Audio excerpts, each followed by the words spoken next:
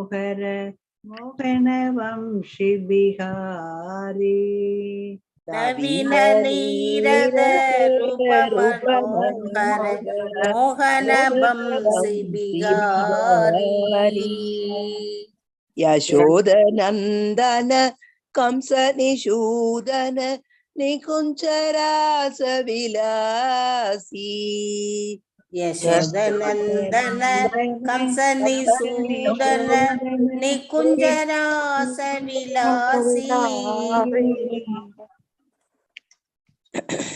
कदंब कानन रसपरायन वृंद विपिन निवासी कदंब कानन रसपरायन वृंद विपिन निवासी आनंदवर्धन प्रेम निकेतन कुलसर जो जग कामा आनंदवर्धन प्रेम निकेतन कुलसर जो जग कामा गोपांगण गण चित्त विनोदन समस्त गुण गणतामा गोपंगन गण चित्त विनोदन समस्त गुण गणधामा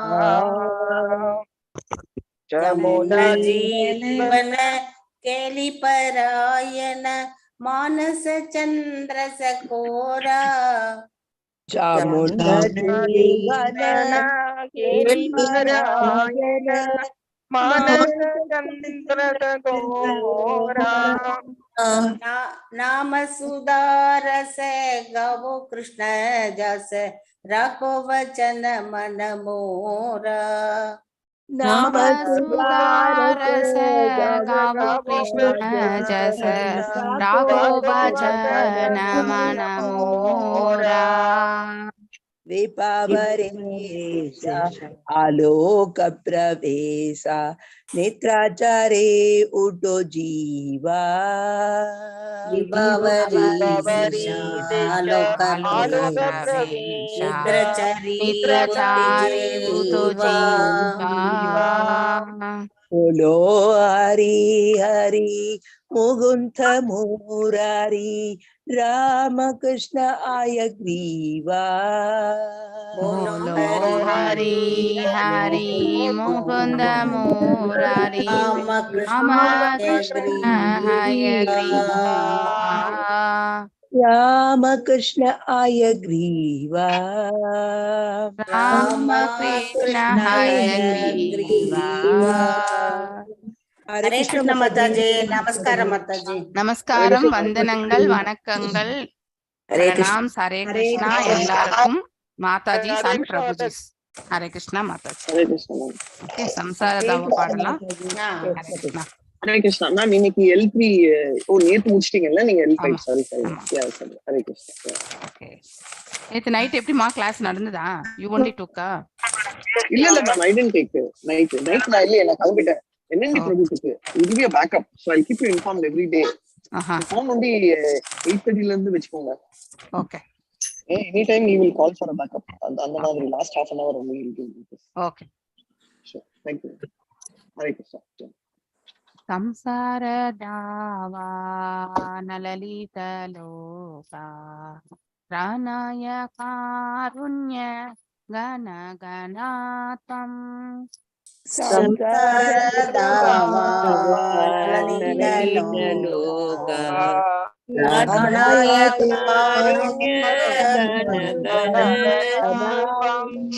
ಪ್ರಾಪ್ತಸ್ಯ ಕಲ್ಯಾಣ ಗುಣಾನ್ ಭಾಷ್ಯ ವಂದೇ ಗುರು ಶ್ರೀ ಚರಣಾರವಿಂದಂ प्राप्तस्य कल्याण गुणानवस्य वन्दे गुरो चरणारविन्दम् आह प्रभो कीर्तन नित्य गीता वादित्रमाद्यान् मनसुरसेना महाप्रभो कीर्तन नित्य गीता मनसोरसेन रोमाञ्चकम्पासुदरङ्गभाजो वन्दे गुरु श्री चरणारविन्दम् रोमाञ्चकम्पासुदरङ्गभाजो वन्दे गुरु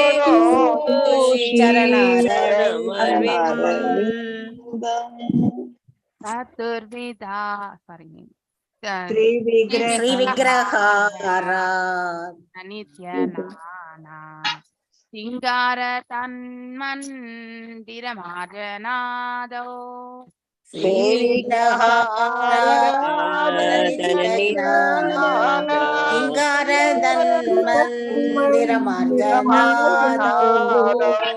तस्य भक्तां च नियुञ्जतोऽपि वन्दे गुरु श्री चरणारविन्दम्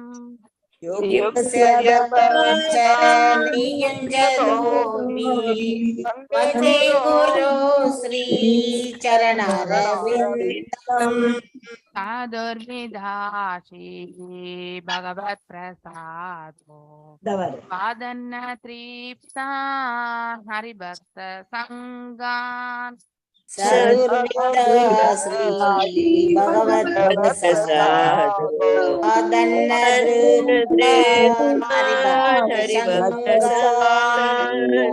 कृत्वैव प्रीतिं भजत सदैव वन्दे गुरु श्री चरणारविन्दम्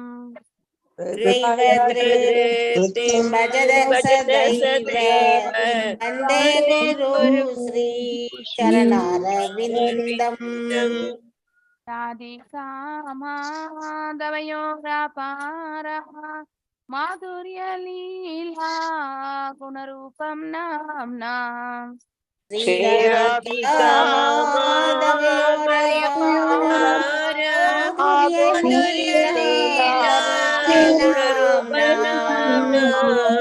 प्रतीक्षणा स्वाधनलोलुपास्य वन्दे गुरु श्री चरणारविन्दम्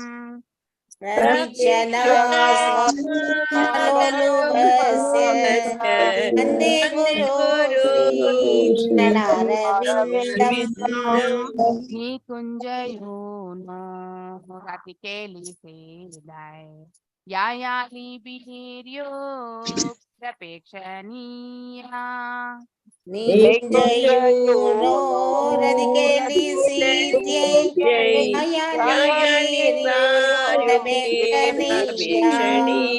तत्रतिदाक्ष्यः ततिवल्लभस्य वन्दे गुरु श्री चरणारविन्दम्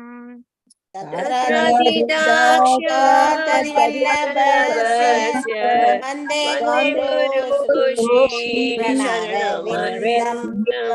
साक्षाद्धरी स्वेना समस्तशास्त्रे युक्तस्तथा भावयुत एव चाद्मि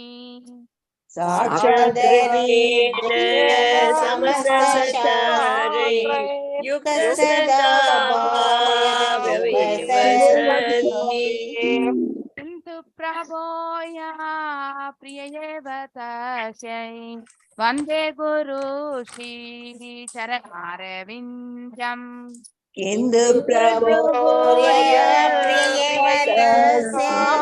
वन्दे गुरु श्री चरणारविन्दम् प्रसादात् भगवत् प्रसादो यश प्रसादात् नागति कुतोऽपि यस्य प्रसादात् भगवत् प्रसादो यस्य प्रसादात् ध्यायन् सुवं तस्य यस्य श्री सन्ध्यं वन्दे गुरु श्री चरणारविन्दम् प्रत्ययतस्त्रीसन्ध्यं वन्दे गुरु श्री चरणारविन्दम् संसारधावानलितलो प्राणाय कारुण्य घन घनात्वं प्राणाय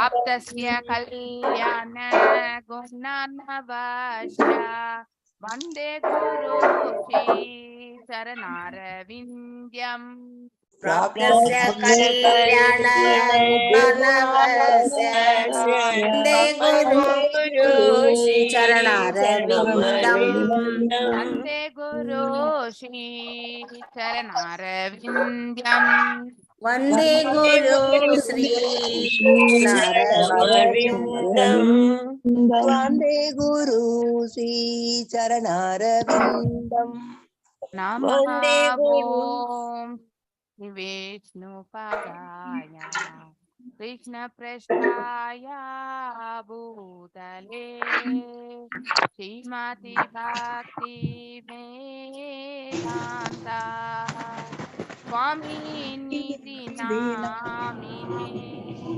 नमः ॐ विष्णुपदाय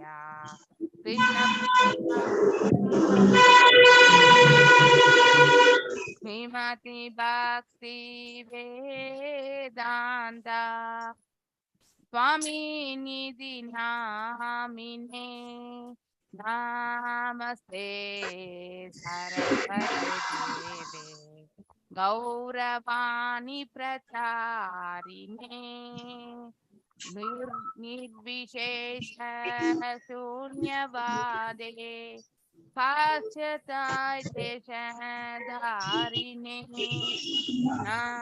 नमस्ते सरस्वती देवे गौरवाणी प्रचारिणे निर्विशेष शून्यवादे पाश्चात्य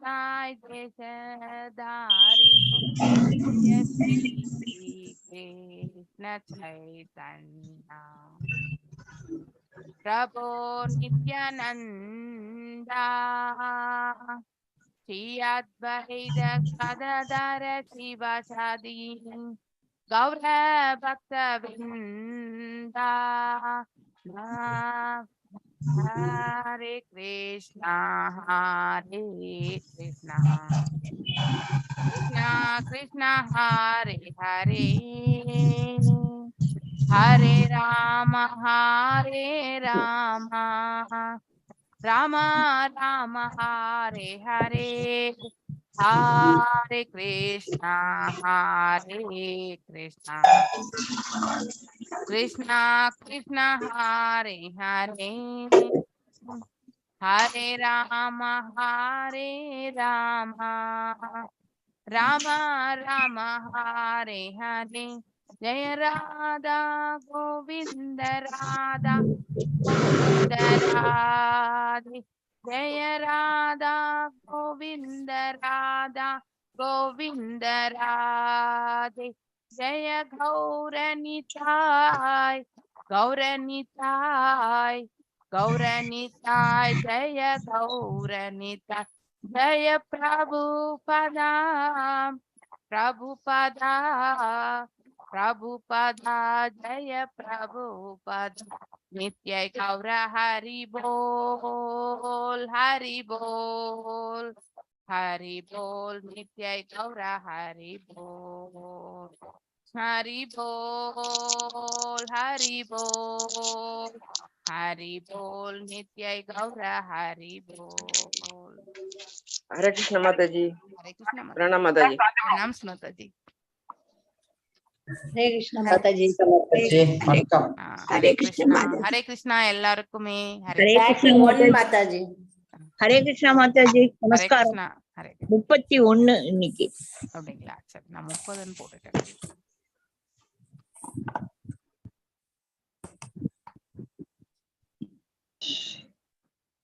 அதான் கரிகிரி சொல்லலாம்.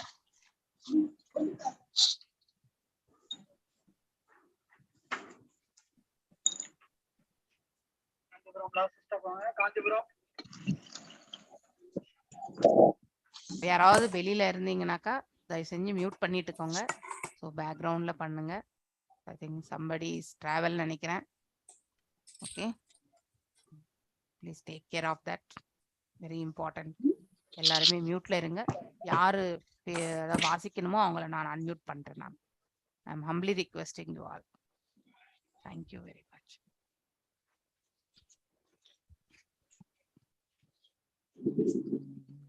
நாம இப்போ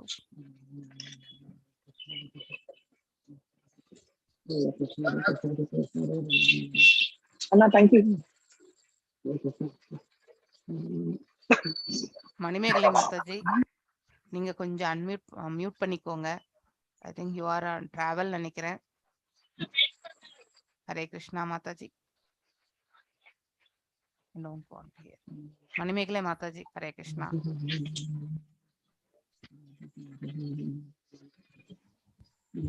ஹரே கிருஷ்ணா. ராதிகான்றவங்க மாதாஜி அன்மியூட்ல இருக்காங்க. மியூட்ல இருக்காங்க. அன்மியூட் பண்ணுங்க மாதாஜி. ஓகே ராதிகாமா, நீங்க மியூட் ஆயிடுங்க. ஹரே கிருஷ்ணா. அவங்க டிராவலிங்ல இருக்காங்க மாதாஜி, போட்டுருக்காங்க. Oh sorry ma'am, I'm not able to mute. Okay. ஓம் நமோ பகவதே வாசுதேவாய. ஓம் நமோ பகவதே வாசுதேவாய. ஓம் நமோ பகவதே வாசுதேவாய. ஓம் அஜ்ஞானதிமிராந்தஸ்ய ஞானாஞ்சனய ஷலாக்கய சக்ஷுருன்மிலிதம் येन तस्मै श्री गुरवे नमः. श्री चैतन्य मनोभीष्टं स्थापितं येन भूतले स्वयं रूपा गदा माह्यं तदा स्वापदान्तिकं. हे कृष्णा करुण सिन्धु दीनबन्धु जगत्पते गोपेशा गोपिका कान्त राधकान्त नमस्तुते. तप्त कांचन गौरांगी राधे वृंदावनेश्वरी ऋषभानुसुते देवी प्रणमामि हरिप्रिये. वाञ्छकल्पदारुभ्यश्च कृपसिन्धुभ्यैव च पतितनां पावनेभ्यो वैष्णवेभ्यो नमो नमः. जय श्री कृष्ण चैतन्य प्रभु नित्यानंद श्री अद्वैत गदाधर श्रीवासदि गौर भक्त वृंद. हरे कृष्ण कृष्ण कृष्ण हरे हरे, हरे राम राम राम हरे हरे. நாம் இப்போ 31வது பதம் இல்லையா? சோ நேத்து வரைக்கும் நாம் என்ன பார்த்தோம்? பகவானுடைய திரு ரூபத்தில் இல்லையா, அவருடைய உடை இல்லையா, அவருடைய அலங்காரம், இத பத்தி எல்லாமே படிச்சோம் நம்ம. சோ அதை விட மேன்மையானது இந்த பிரபஞ்சத்தில் அத்தகைய தரிசனம் பெறுவது என்பது வேற எந்த தரிசனத்திற்குமே சமமாகாது இல்லையா? அனைத்தையும் விட பகவானுடைய ரூப தரிசனம் என்பது, அவருடைய அலங்காரமா இருக்கக்கூடிய அந்த தரிசனம் என்பது ஒருவர் கிடைக்க பெற வேண்டும். அதற்கு மேற்பட்ட அதுதான் ஹையஸ்ட் டேஸ்ட் ஆக்சுவலி இல்லையா? சோ மேலும் இந்த பௌதீகத்துல இருக்கக்கூடிய நம்முடைய ஆசைகளால் அதனால் வரக்கூடிய அந்த சந்தோஷம் என்பது மிக மிக அதாவது லோயர் லெவல் அப்படிங்கிறதையும் நாம புரிந்து கொண்டோம். சோ நேற்றே பதம் வரைக்கும். இன்றைக்கு 31வது பதம். சோ ஜெயஸ்ரீ கண்ணன் மாதாஜி நீங்க வாசிக்கலாம். நிவீதம் ஆம்நாய மதுவிரத ஸ்ரீயாய ஸ்வகீர்த்தி மையவன மாலய ஹரிம் சூர்யேந்து வாயு அக்னி அகமம் த்ரீ தாமபிஹி பரிக்ரமத் பிராதானிகைர் துராசதம். எஸ் வாசிங்க மாதாஜி. ராதே கிருஷ்ணா மாதாஜி. ராதே கிருஷ்ணா மாதாஜி. நிவீதம் ஆம்நாய மதுவிரத ஸ்ரீயா ஸ்வகீர்த்தி மையா வனமாலயா ஹரிம் சூர்யேந்து வாயு அக்னி அகமம் த்ரிசாமபிஹி பரிக்ரமத் பிராதானிகை துராசதம். நிவீதம் அவ்வாறு சூழப்பட்டதால், ஆம்நாய வேத ஞானம், மது விரத ஸ்ரீயா இனிய ஓசையும் அழகும், ஸ்வகீர்த்தி மையா அவரது சொந்த கீர்த்திகளால், வனமாலையா மலர் மாலை, ஹரிம் பகவானுக்கு, சூரியன் இந்து சந்திரன், வாயு காற்று, அக்னி நெருப்பு, அகமம் அணுக முடியாத, ஸ்ரீ தாமபிஹி 3 கிரக அமைப்புகளால், பரிக்கிரமத் வலம் ராதனிகைஹி சண்டை செய்வதற்கு, துராசதம் அடைவதற்கு மிக கடினமான. மொழிபெயர்ப்பு. இவ்வாறாக மலையின் வடிவிலிருந்த பகவானை பார்த்த பிரம்மதேவர் அவரை பரம புருஷரான ஹரி என்று முடிவு செய்தார். மார்பின் மேலிருந்த மலர் மாலை இனிய வேத கானங்களால் பகவானின் பெருமைகளை பாடியதையும், மிகவும் அழகுடன் விளங்கியதையும் அவர் கண்டார். சண்டை செய்வதற்குரிய சுதர்ஷன சக்கரத்தால் அவர் பாதுகாக்கப்பட்டிருந்தார். சூரியன், சந்திரன், காற்று, நெருப்பு முதலியவைகளால் கூட அவரை அணுக முடியவில்லை. ஹரே கிருஷ்ணா. தேவதாஸ் இல்லையா, அதாவது தேவர்கள் கூட வந்து அவரை அணுக முடியவில்லை என்பதை இந்த பதத்தினுடைய விளக்க உரையிலிருந்து நாம காண்கின்றோம். நிவீதம் ஆம்னாய மதுவிரதா ஸ்ரீயாயக ஸ்வகீர்த்தி மையா வனமாலய ஹரிம். அதாவது சூரியேந்து வாயு அக்னி அகமம் த்ரிதாமபிகி பரிக்கிரமத் பிரதானகே துராசதம். அதாவது நிவீதம் அவ்வாறு சூழப்பட்டதால், ஆம்னாய வேத ஞானம், மதுவிரத ஸ்ரீயக இனிய ஓசையும் அழகும், ஸ்வகீர்த்தி மையா அவர் சொந்த கீர்த்திகளால், அவரது சொந்த கீர்த்தி, இது வந்து பகவானுடைய சுய, அதாவது அவருடைய வைபவங்களால் இல்லையா, அவருடைய ஆற்றலால் என்று நாம் இதிலிருந்து புரிந்து கொள்ள வேண்டும். கீர்த்தி என்பது புகழ் இல்லையா, அது ஒன் ஆஃப் த ஆப்புலன்சஸ் இல்லையா. 6 வகையான அதாவது பகவானுடைய வைபவங்கள்ல புகழ் என்பதும் ஒன்று என்பதை நாம படிச்சிருக்கோம் இல்லையா.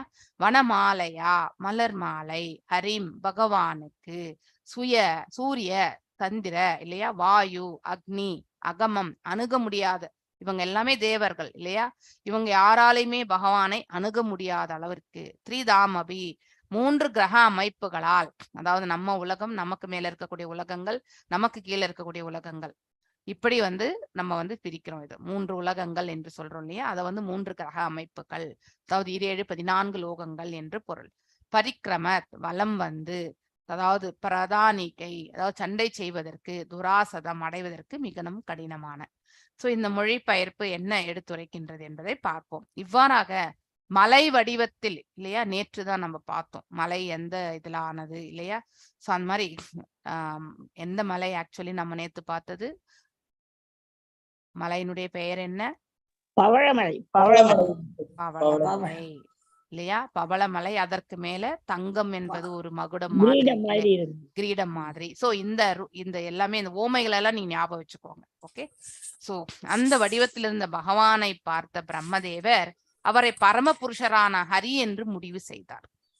ஏன்னா அவர் அவருக்கும் வந்து பாத்தீங்கன்னா ஹையஸ்ட் ஜீவாத்மா இல்லையா, முதன்மையும் மற்றும் அதாவது உயர்வான நிலையில் இருக்கக்கூடிய ஜீவாத்மா அவர் வந்து இதை முடிவு செய்தார். மார்பின் மேல் இருந்த பகவானின், அதாவது திரு மார்பின் மேல் இருந்த அந்த மலர் மாலை வந்து, அதாவது பர்சனிஃபைடு அப்படின்னு நம்ம சொல்லலாம் இந்த இடத்துல, ரூபம் கொண்ட அந்த மாலை இனிய வேதகானங்களால் பகவானின் பெருமைகளை பாடியதையும் மிகவும் அழகுடன் விளங்கியதையும் அவர் கண்டார். அந்த மலர் மாலை காண்பதற்கு மிகவும் அழகாகவும், மேலும் வந்து பகவானின் புகழ் ஆரங்களை வந்து அந்த மலர் மாலை வந்து பாடுவதையும் வந்து யார் கேட்டறிந்தார்? பிரம்மதேவர் வந்து கேட்டறிந்தார். பாடியதையும் அவர் கண்டார். சண்டை செய்வதற்கு சுதர்சன சக்கரத்தால் அவர் வந்து, அதாவது எந்த ஒரு இதுவா இருந்தாலும் தன்னுடைய சுதர்சன சக்கரத்திலிருந்து பகவான் வந்து வெற்றி கொள்வார் இல்லையா. அதாவது அழிக்க முடியாத ஒன்றத்தையும் அவர் வந்து அழிக்கக்கூடிய வல்லமை பெற்றது அவருடைய சுதர்சன சக்கரம் என்பதை நாம நிறைய இடங்கள் இல்லையா நம்ம படிச்சிருக்கோம்.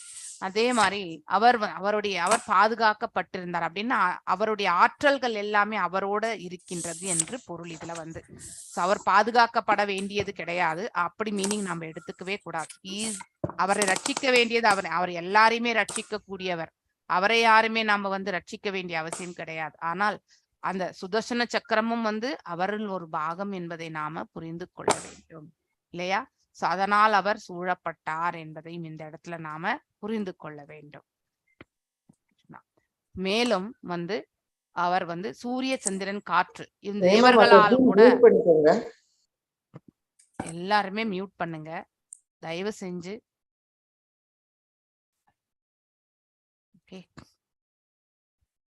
ஹரே கிருஷ்ணா. அவரால தேவர்களால் கூட வந்து பகவானை அணுக முடியவில்லை என்பதை வந்து அந்த விளக்க உரையிலிருந்து பாத்தீங்கன்னாக்கா நம்மளால வந்து கேட்க முடியுது. அப்படின்னா இந்த 14 லோகங்கள்ல இருக்கக்கூடிய எல்லாருமே வந்து யாராலுமே பகவானை அணுக முடியவில்லை என்பதை வந்து பிரம்மதேவர் காண்பதை இந்த இடத்துல வந்து எடுத்துரைக்கப்படுகின்றது.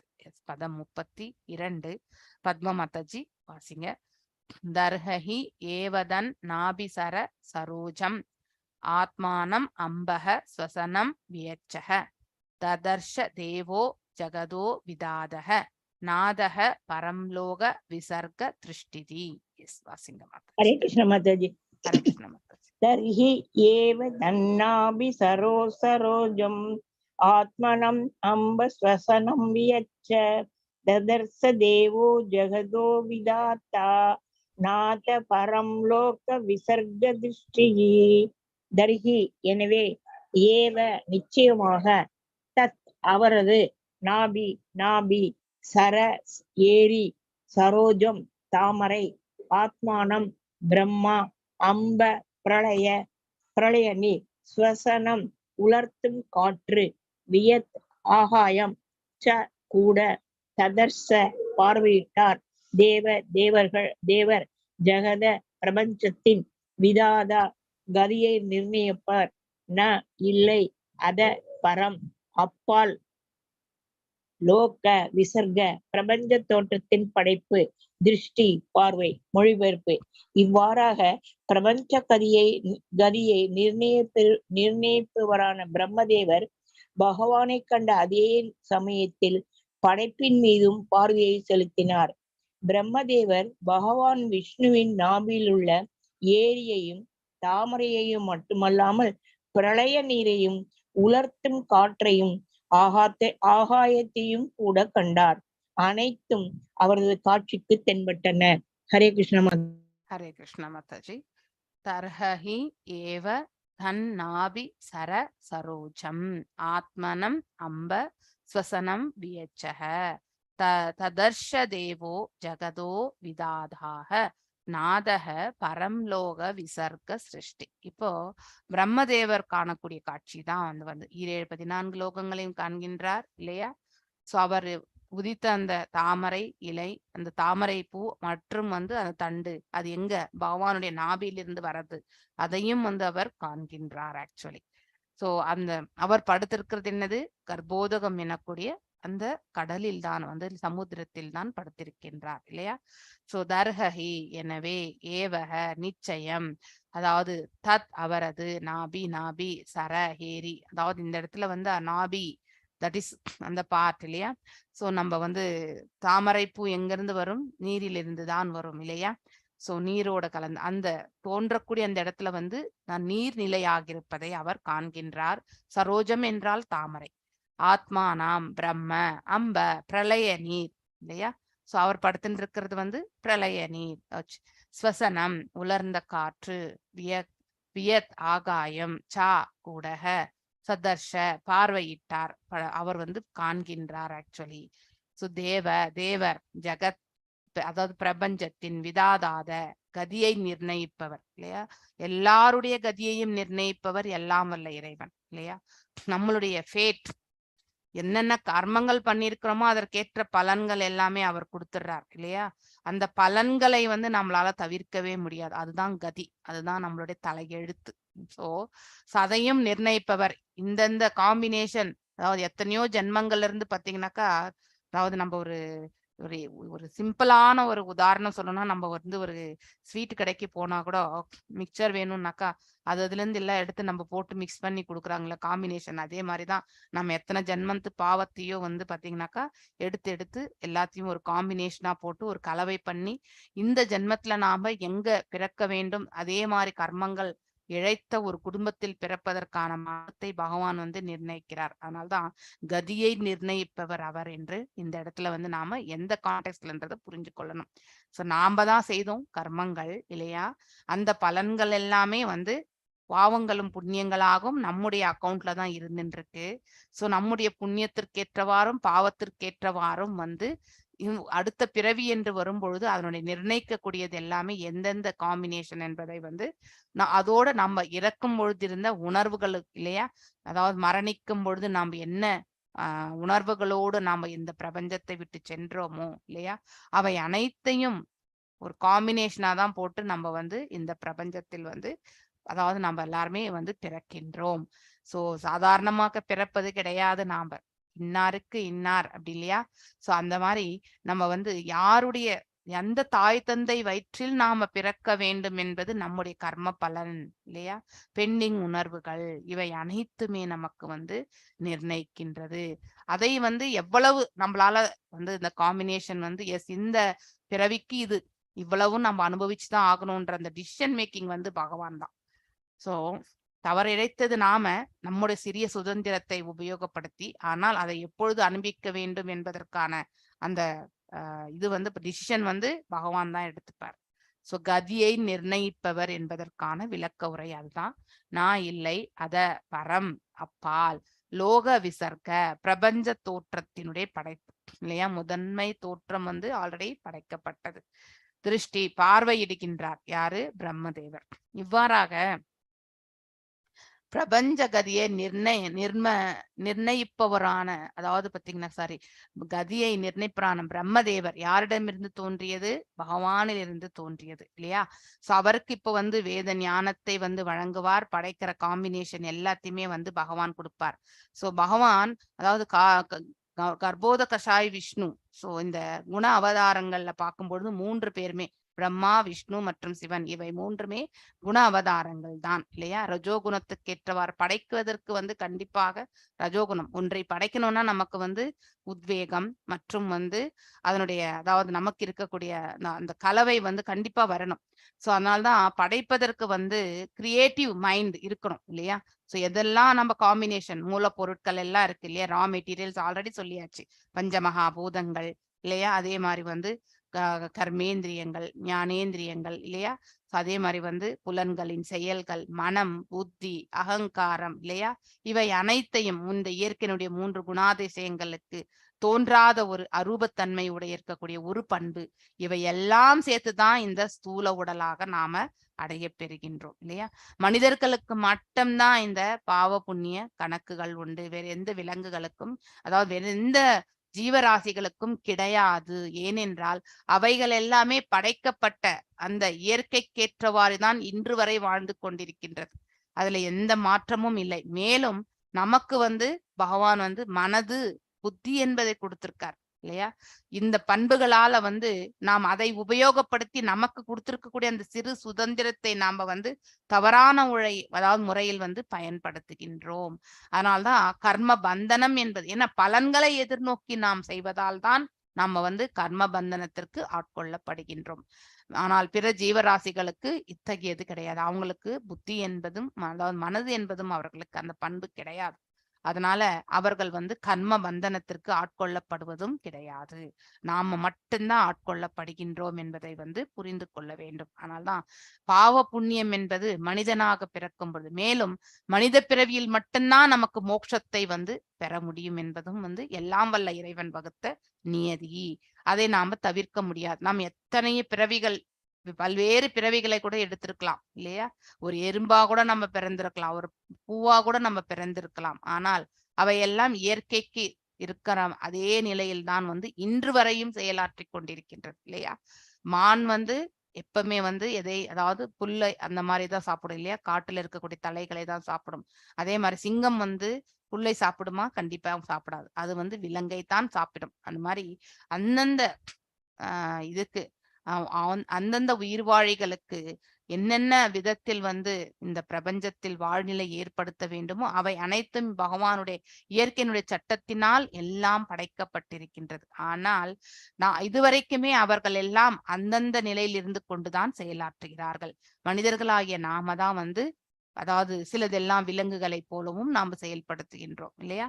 சோ நம்முடைய எண்ண ஓட்ட, கோபம், அதே மாதிரி வந்து பொறாமை, இது எல்லாமே வந்து நல்ல எண்ணங்களே கிடையாது.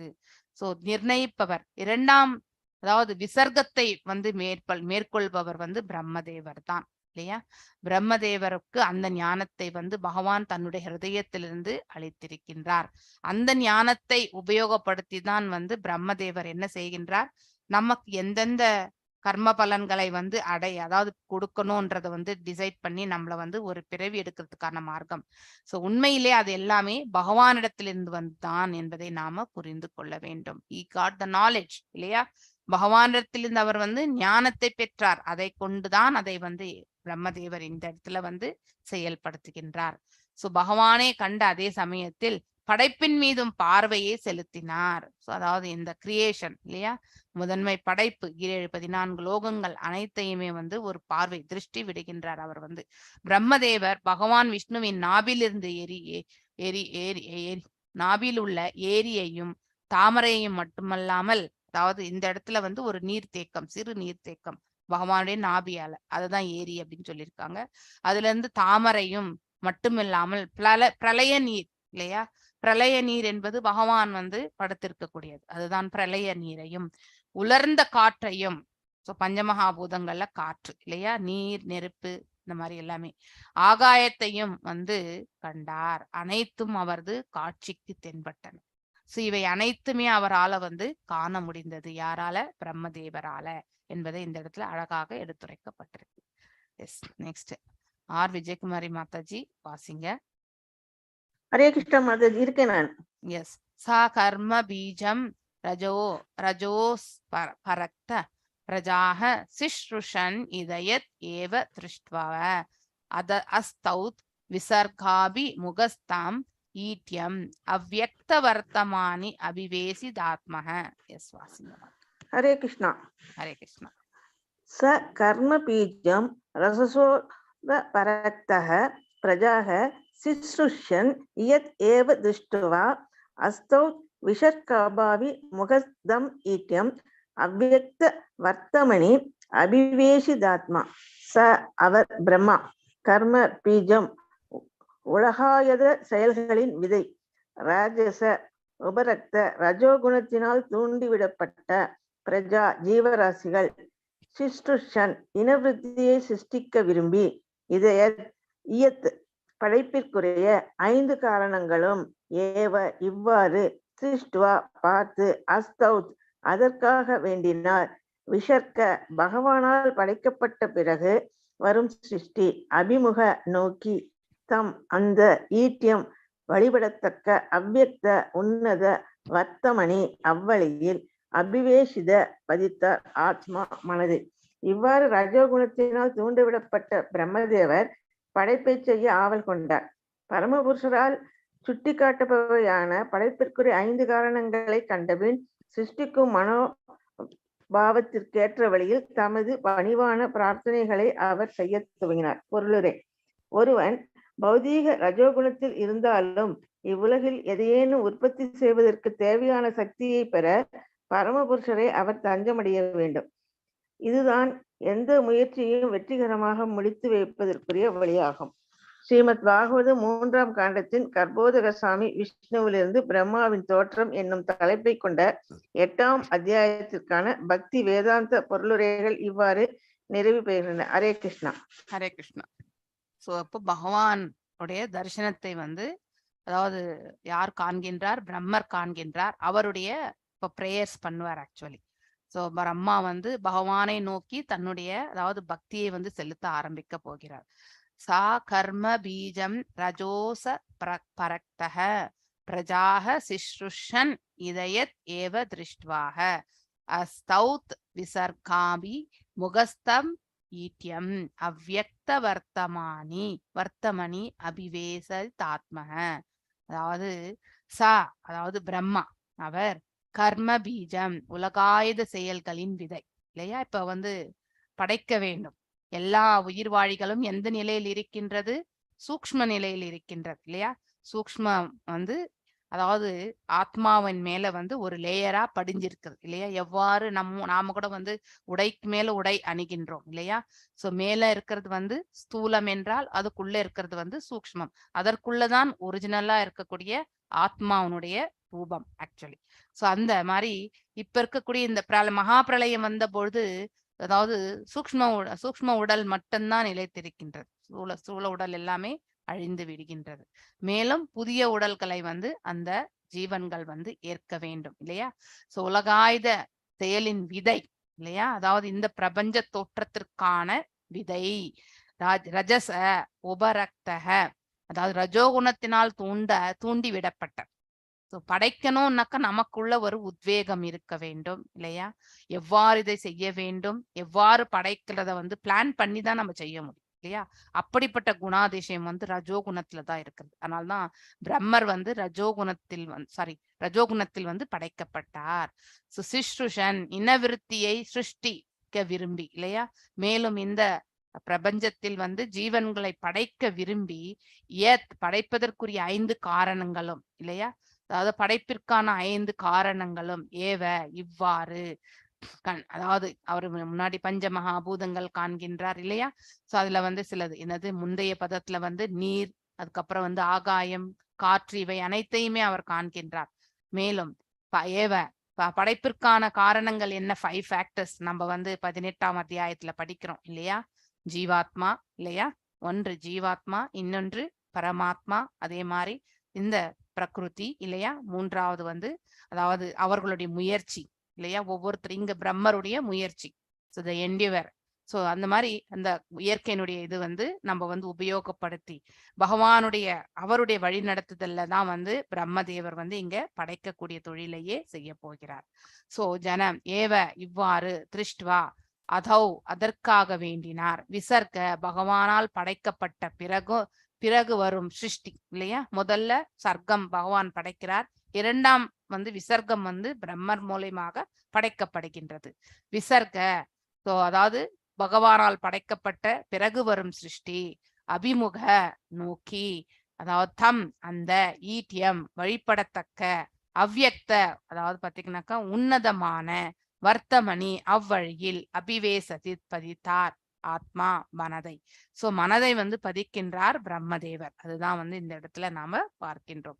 சோ இவ்வாறு ரஜோகுணத்தினால் தூண்டிவிடப்பட்ட பிரம்மதேவர் படைப்பை செய்ய ஆவல் கொண்டார் இல்லையா? அவருக்கு விருப்பம். நமக்கு ஒரு வேலை செய்யணும்ன்ற அந்த உந்துதல் வந்து கண்டிப்பாக இருக்க வேண்டும். அப்பொழுதுதான் நாம் அந்த செயலில் வந்து ஈடுபட முடியும். இல்லை என்றால், உந்துதல் இல்லை என்றால் கண்டிப்பாக அந்த செயலில் நாம ஈடுபட்டாலும் வந்து அதனுடைய முயற்சி வந்து வெற்றி கொள்ளாது. மேலும் வந்து தடைகற்கள் நிறைய இருக்கும். அந்த செயலையும் நாம வந்து திறந்து விட வேண்டிய நிலை இருக்கும். அதனால்தான் ஈடுபாடு என்பது மிக மிக முக்கியமானது. That is also the factor இல்லையா? ஜீவாத்மா, பரமாத்மா, இந்த பிரகிருதி, அதாவது கஷேத்திரம் இல்லையா? பிரகிருதி என்பது இந்த இடத்துல கஷேத்திரம். மேலும் வந்து இந்த இயற்கையினுடைய 3 குணங்கள்ல வராது. அடுத்து வந்து ஒரு செயலுக்கான ஒரு முயற்சி. இவை அனைத்தையுமே வந்து நாம வந்து கண்டிப்பாக வந்து தெரிந்து கொள்ளும். இது இல்லாம வந்து படைக்கிறது எதுவுமே முடியாது. முயற்சி வேண்டும். அதே அந்த குணத்தை தான் வந்து பிரம்மதேவர் பெற்றிருந்தார். சோ பரமபுருஷரை அவர் தஞ்சம் அடைய வேண்டும். இவை எல்லாவற்றையுமே நாம பெற்றிருந்தாலும் கூட, அதாவது அந்த சக்தியை பெறுவதற்கு பகவானிடத்தில் நாம இறுதியாக பரமாத்மா அவரிடம் சரணடைந்தால் மட்டும்தான் நம்மளால இந்த செயலை வந்து முன்னேற்ற பாதையில் எடுத்து செல்ல முடியும். அதேதான் வந்து இந்த இடத்துல பிரம்மரும் செய்கின்றார். இதுதான் எந்த முயற்சியையும் வெற்றிகரமாக முடித்து வைப்பதற்கு வழியாகும். இதை தவிர வேற வழியே கிடையாது. ஸ்ரீமத் பாகவதம் 3ஆம் காண்டத்தின் கர்ப்போத கசாய் விஷ்ணுவிலிருந்து பிரம்மாவின் தோற்றம் இல்லையா? சோ அந்த தாமரை மலரிலிருந்து வந்து பாத்தீங்கன்னாக்கா பிரம்மாவுடைய படைப்பை பற்றி நாம வந்து இந்த 8ஆம் அத்தியாயத்திற்கான பக்தி வேதாந்த அதாவது ஸ்ரீல பிரபுபாதர் அவர்களுடைய பொருளுரைகளை வந்து நாம இந்த இடத்துல கண்டோம். அதை நிறைவு பெறுகின்றன. ஸ்ரீலா பிரபுபாதாவுக்கு ஜெய். ஜெய் ஸ்ரீ பிரபுபாதா. அத்தியாயம் 9. இப்ப நாம இதனுடைய சம்மரியை மட்டும் பார்க்கலாம். இது படைப்பு சக்திக்காக பிரம்மதேவர் செய்த பிரார்த்தனைகள். சோ அவருக்கு சக்தி ஆற்றல் வேண்டும் இல்லையா? சக்தி இல்லாமல் எந்த செயலுமே நாம செயல்படுத்த முடியாது இல்லையா? So we need the energy. Without energy நம்மளால ஒரே ஒரு துரும்பை கூட வந்து அசைக்க முடியாது. சோ பகவானும் வந்து அந்த ஆற்றலுடைய ரூபம் என்பதை நாம புரிந்து கொள்ள வேண்டும். சோ அது 2ஆம் அதாவது படைப்பிற்கான அந்த ஆற்றலை வந்து பகவானிடத்தில் வந்து அவர் பெறுகின்றார். யார்? பிரம்மதேவர். அதற்காக அவருடைய பிரார்த்தனைகள் தான் நாம இந்த அத்தியாயத்துல பார்க்க போறது. சோ பிரம்மா வந்து பிரேயர்ஸ் ஃபார் த கிரியேட்டிவ் இம்பியட்டிஸ், அதாவது அவருடைய சக்தி, படைப்பு சக்திக்காக வந்து பகவானிடத்தில் அவர் வேண்டுதல். அது வந்து ஏதாவது மொத்தமும் வந்து 25 ஸ்லோகங்கள் இருக்கின்றது. இந்த அத்தியாயத்துல வந்து முதல் 5 ஸ்லோகங்கள் வந்து பகவானுடைய ரூபங்களை வந்து அவர் புகழாடம் சூட்டுகின்றார். அதாவது என்னென்ன சொல்றார்? ஃபர்ஸ்ட் ஸ்லோகம் வந்து தி சுப்ரீம் வந்து த நோயபிள் ஆப்ஜெக்ட் இல்லையா? அறியப்பட வேண்டிய பொருள் வந்து எல்லாம் வல்ல இறைவன் என்பதை வந்து முதல் பதத்தில் வந்து எடுத்துரைக்கப்படுகின்றது. அண்ட் தென் அதாவது ஒரிஜின் ஆஃப் ஆல் ஃபார்ம்ஸ், அது 2ஆம் ஸ்லோகம். அதாவது அனைத்து ரூபங்களுமே எங்கிருந்து தோன்றுகின்றது, எல்லாம் வல்ல இறைவனிடமிருந்து தோன்றுகின்றது என்பதையும் வந்து எடுத்துரைக்கக்கூடிய பதம் 2வது. 3வது வந்து பகவானுடைய ரூபத்தை பற்றி, பர்சனல் ஃபார்மை பற்றி எடுத்துரைக்கப்படுகின்றது. இது எல்லாமே பிரம்மர் சொல்வது ஆக்சுவலி. மேலும் வந்து மோஸ்ட் ஆஸ்பீஷியஸ் ஃபார்ம், அதாவது இருப்பதிலேயே வந்து மிகவும் மங்களகரமான ரூபம் யாருடையது என்றால் எல்லாம் வல்ல இறைவனுடையது என்பதையும் வந்து இந்த பதத்துல வந்து எடுத்துரைக்கப்படுகின்றது. அதுக்கப்புறம் the dweller of devotees hearts, பகவான் எங்கே உரைகின்றார்? பக்தர்களுடைய ஹிருதயங்களில் வந்து உரைகின்றார். அதை பற்றி எடுத்துரைக்கிறது வந்து 5வது ஸ்லோகம். மற்றும் 6லிருந்து 10வது ஸ்லோகம் எதை பற்றி எடுத்துரைக்கின்றது என்றால் predicament of the, அதாவது கண்டிஷன் சோல், அதாவது நம்முடைய நிலைகள். நாம் எல்லாருமே கட்டுண்ட ஆத்மாக்கள் இல்லையா? சோ நம்முடைய நமக்கு என்னென்ன, அதாவது தடைக்கற்கள் மற்றும் எதனால் நாம் இப்படி இருக்கின்றோம் என்பதை பற்றியெல்லாம் எடுத்துரைக்கிறது. நாம் எதுவரைக்கும் பௌதீகத்தின் தரப்பில் வந்து நம்முடைய மனதை வந்து ஈர்க்கப்படுகின்றதோ அதுவரைக்கும் இங்க இருக்கக்கூடிய ஆசைகள் இல்லையா, அதனால் நாம வந்து கட்டுண்ட நிலையை அடைகின்றோம். அவற்றுக்கான விளக்கங்களை பற்றி இந்த இடத்துல வந்து பாத்தீங்கன்னாக்கா நம்ம பிரம்மதேவருடைய பிரார்த்தனைகள்ல நம்ம பார்க்க போறோம். எதனால நாம் இந்த சங்கடத்துல இருக்கோம்? மிஸ் ஐடென்டிபிகேஷன் காசஸ் ஆங்ஸைட்டி இல்லையா? நாம தவறாக நம்மை பற்றியான ஞானத்தை நாம தெரிந்து கொள்வதால் தான் நமக்கு பயம் கொள்கின்றது. சோ ஒருவர் தான் ஆற்றக்கூடிய, அதாவது தான் செய்யக்கூடிய செயல் வந்து தான் செய்கின்றேன் அப்படின்னு எந்த உணர்வு வருகின்றதோ அது எதனால் ஏற்படுகின்றது? இந்த பௌதீக பண்புகளால். மேலும் வந்து தன்னை அதாவது ஒரு சுதாத்மா அப்படின்ற அந்த நிலையை அறியாமல் தான் உடல் என்ற அந்த ரீதியில் வந்து அந்த ஆத்மா வந்து இயங்க ஆரம்பிக்கும் பொழுதுதான் அனைத்து சங்கடங்களுக்குமே வந்து முதல் காரணமாக அது அமைய பெறுகின்றது இல்லையா? அதாவது மிஸ் ஐடென்டிபிகேஷன், தவறுதலான உணர்தல் இல்லையா? நான் வந்து உடல் அப்படிங்கிற அந்த உணர்வில் இருந்து கொண்டு அகங்காரத்தை வெளிப்படுத்தி ஒருவன் வந்து செயலாற்றும் பொழுது அவனுக்கு பயம் என்பதும் வருகின்றது. எந்த ஒரு சூழ்நிலையும் எதிர்கொள்ளக்கூடிய அந்த திறன் வந்து அவர்களிடத்தில் இருப்பது கிடையாது. எப்பொழுது தான் ஒரு ஆத்மா என்றது உணர்கின்றதோ, இந்த உடலை நாம் ஏற்றிருக்கின்றோம் என்பதை உணர்கின்றதோ, அப்ப அந்த பக்குவத்தை அடையும் பொழுது இந்த பாடிலி திங்ஸ் எல்லாத்திலிருந்து அது வந்து தூரமாக விலகணும். எதுவரைக்கும் நாம் இந்த உடல் ரீதியான செயல்களில் நாம் வந்து செயலாற்றி கொண்டிருக்கின்றோமோ அதுவரைக்குமே நாம வந்து கட்டுண்ட ஆத்மாவாகத்தான் இந்த பிரபஞ்சத்தில் நாம வந்து சுற்றி கொண்டே இருக்க வேண்டும். Unfortunate people to not here இல்லையா? அதாவது பாத்தீங்கன்னாக்கா நம்ம இந்த பக்தி பாதையில 4 விதமான துஷ்கிருத்தினோஸ் இல்லையா? நாஸ்திகவாதி, பக்தியை பற்றி தெரியும், பக்தியை வந்து பக்தி செயலில் ஈடுபடாது இருக்கிறவங்க இல்லையா? பக்தியே பண்ணாதவங்க, மூடர்கள், இவங்க எல்லாருமே வந்து துரதிர்ஷ்டசாலிகள் தான்.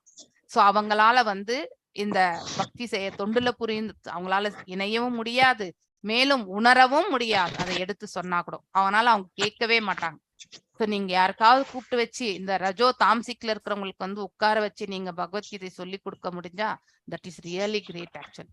ஏன்னா அவங்களுக்கு நம்ம எவ்வளவு சொன்னாலுமே அது விளங்கவும் விளங்காது. மிசரபிள் ஜீவாஸ் ஆர் பெட்டியபிள் இல்லையா? அதாவது இந்த மாதிரி கட்டுண்ட நிலையில இருந்து கொண்டு இந்த ஜீவன்கள் வந்து இந்த பிரபஞ்சத்தில் வந்து சங்கடப்படுவது என்பது மிகவும் வந்து கடினமான ஒன்று. நம்ம அவங்களை பார்த்து பரிதாபம் தான் பட முடியும் இல்லையா? சோ ஞானதளத்தில் இருப்பவர்களால், அதாவது இந்த எல்லாவற்றையுமே இந்த 3 குணங்களையுமே வென்று ஒரு தளத்தில் இருக்கிறாங்க இல்லையா? நிதான புத்தியுடைய மனிதர், அவர் இதையெல்லாம் வந்து உள்ளதை உள்ளபடி காண முடியும். அதை அவர் காணும் பொழுது அவர்களை பார்த்து ரொம்பவுமே பரிதாபம் படுவார். தட் இஸ் த கம்பேஷன் இல்லையா? சோ பக்தனுக்கு இருக்கக்கூடிய ஹையஸ்ட் குவாலிட்டி அதுதான்.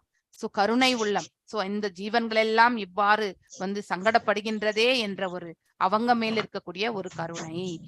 அதுக்கப்புறம் பாடிலி ஐடென்டிபிகேஷன் ஆஃப் பயம், அதாவது எதனால நம்ம வந்து பந்தப்படுகின்றோம், அதாவது நாம உடல் ரீதியாக நம்மளை நாம வந்து ஐடென்டிஃபை இல்லையா? அந்த மாதிரி ஒரு நிலையில் இருந்து கொண்டு நாம வந்து நம்முடைய ஆத்மாவை வந்து உணராமல் நாம வந்து இந்த உடல் தான் அப்படின்னு நினைச்சுட்டு நம்முடைய செயல்களை நாம் செய்கின்றோம் இல்லையா? அதனாலதான் இந்த இடத்துல வந்து நாம சங்கடப்படுகின்றோம். எப்ப நாம ஆத்மா என்ற நிலையை நாம வந்து உணர்கின்றோமோ அப்போ வந்து கண்டிப்பாக சங்கடத்திலிருந்து நம்ம வந்து மீள்வதற்கான பாதைக்கு நம்மளால எடுத்து செல்ல முடியும் இல்லையா? சோ ஏன்னா ஆத்மா எதையுமே செய்யறது கிடையாது. ஆத்மா என்ன செய்யுது? புத்தியை வந்து இயக்குகின்ற ஆசை கொள்ளுதை அந்த உணர்வை வந்து இந்த புத்திக்கு கொடுக்குது, அவ்வளவுதான். புத்தி என்ன பண்ணுது? மனதை இயக்குகின்றது. மனது இந்த புலன்களை வந்து செயல்பட வைக்கின்றது. உண்மையில் ஆத்மா எந்த இடத்துலயுமே வந்து இயங்குறதே கிடையாது. ஆனால் அது உணர்வு எனக்கூடிய அந்த நிலையில இருந்து கொண்டு ஒன்றை பார்க்கும் பொழுதோ ஏதோ ஒண்ணு நம்ம மனசுல ஒரு ஆசை எனக்கூடிய அந்த விதையை வந்து புத்திக்கு வந்து செலுத்தி விடுகின்றது. அதனாலதான் அது சங்கடத்தில் இருக்கின்றது. எதுவரைக்கும் தான் ஆத்மா என்று உணராத ஒரு ஜீவன் வந்து வாழ்ந்து கொண்டிருக்கின்றதோ அவர்களுடைய சங்கடம் என்பது, அதாவது மீண்டும் மீண்டும் பிறவி எடுத்து அந்த சங்கடத்தை அவர்கள் தொடர்ந்து கொண்டே இருப்பார்கள். இதை வந்து நம்மளால தவிர்க்க முடியாது. ஃப்ரஸ்ட்ரேஷன் ஆஃப் நான் டிவோட்டிஸ் இல்லையா? அதாவது பக்தர் அற்றவர்களுடைய, அதாவது அவருக்கு வந்து தெய்வீக நம்பிக்கை இருக்காது இல்லையா?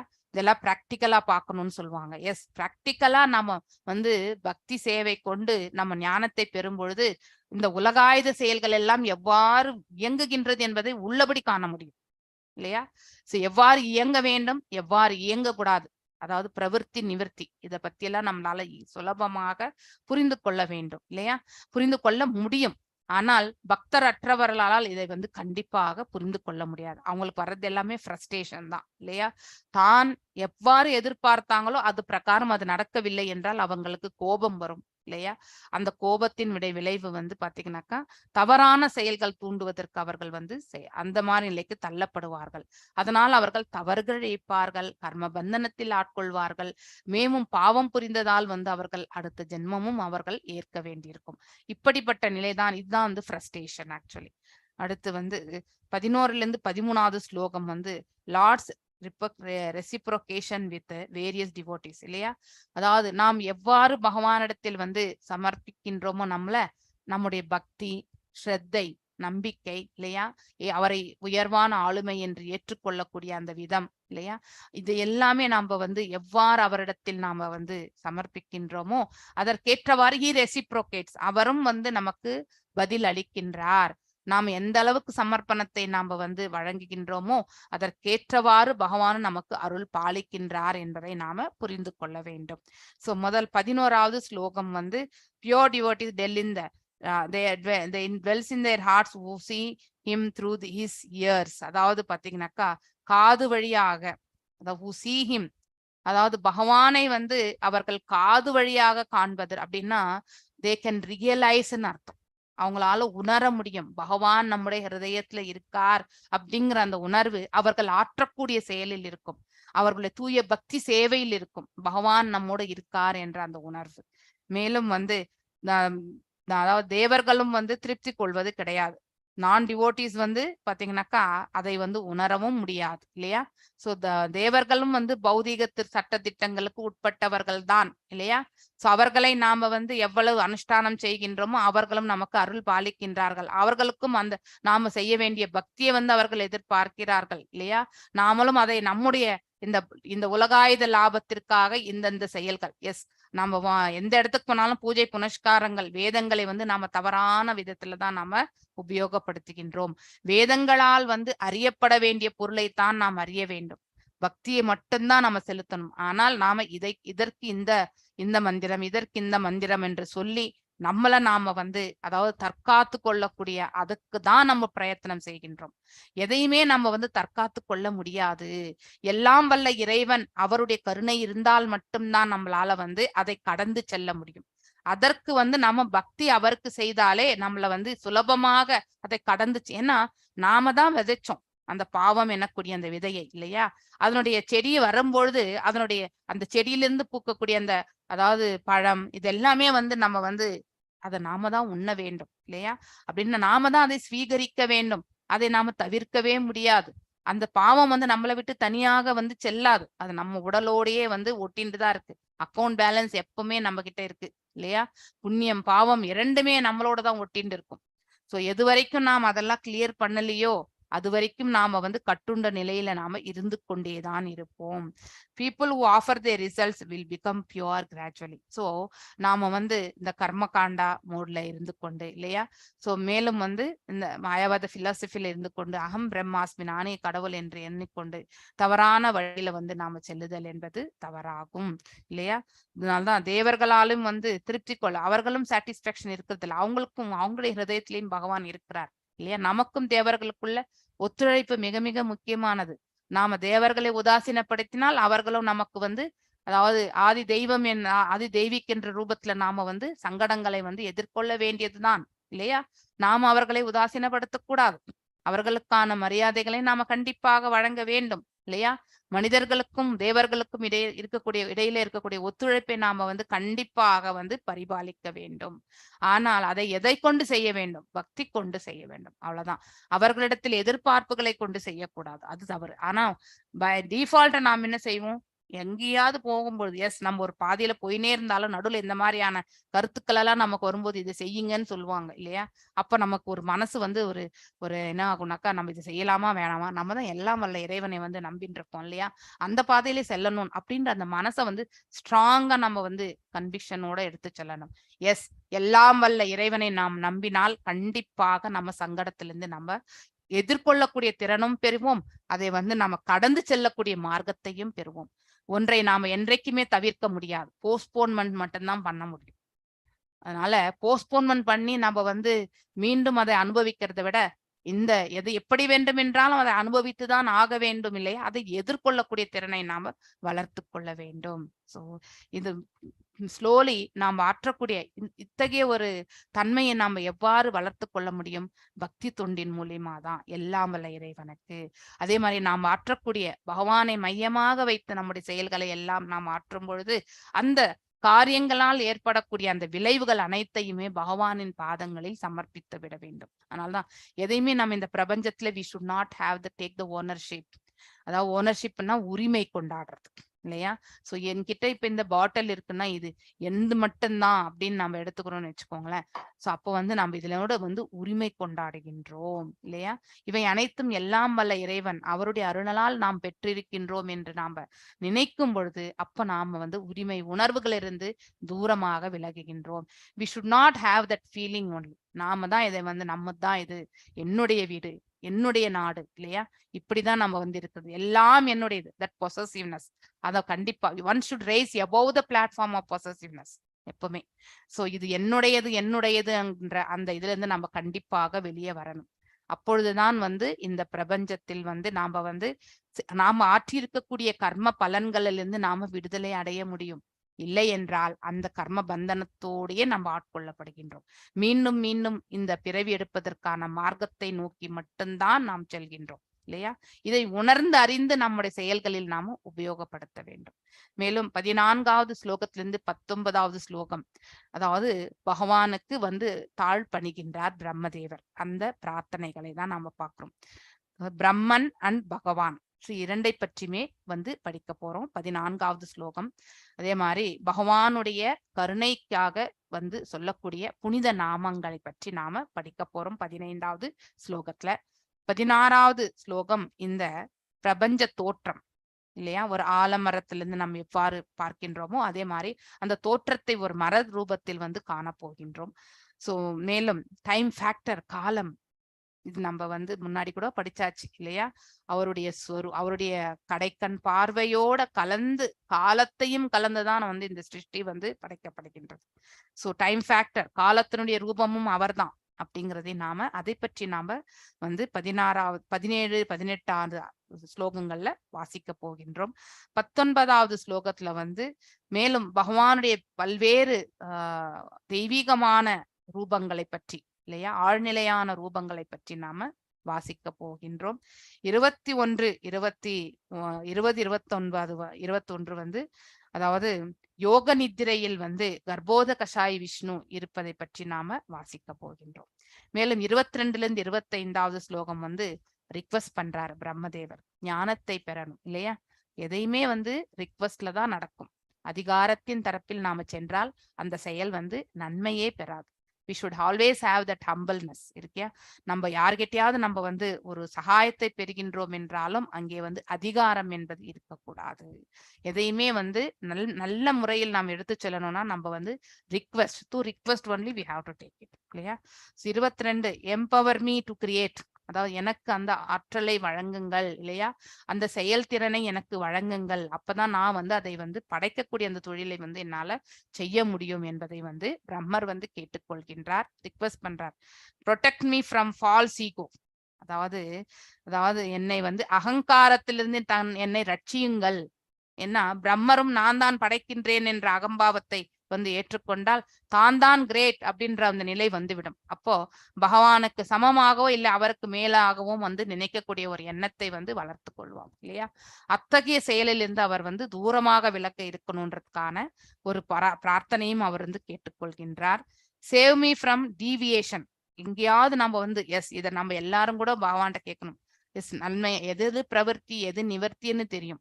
சில சமயங்களை வந்து நம்மளை அறியாமலேயே வந்து செய்யத்தகாத செயலால் நம்ம வந்து ஈர்க்கப்பட்டு விடுவோம்.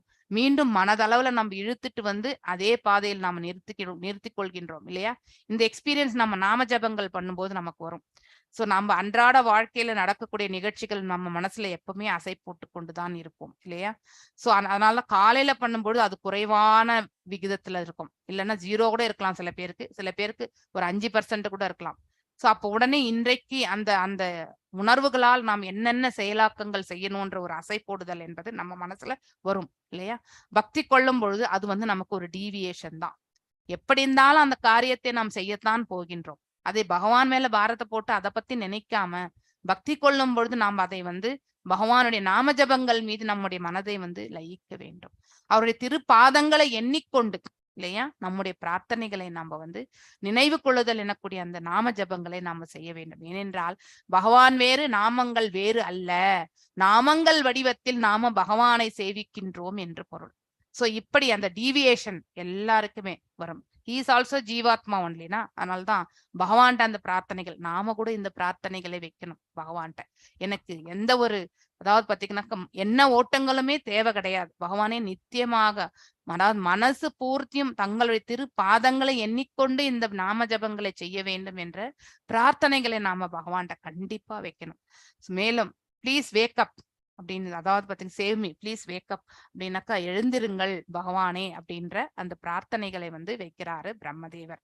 சோ இதுதான் வந்து இந்த அத்தியாயத்தினுடைய 3.9 அதாவது சாப்டருடைய சுருக்கம், 25 ஸ்லோகங்கள். சோ இப்ப பிரம்மருடைய பிரார்த்தனைகளை பற்றி தான் நாம இந்த அத்தியாயத்துல வந்து காணப்போகின்றோம்.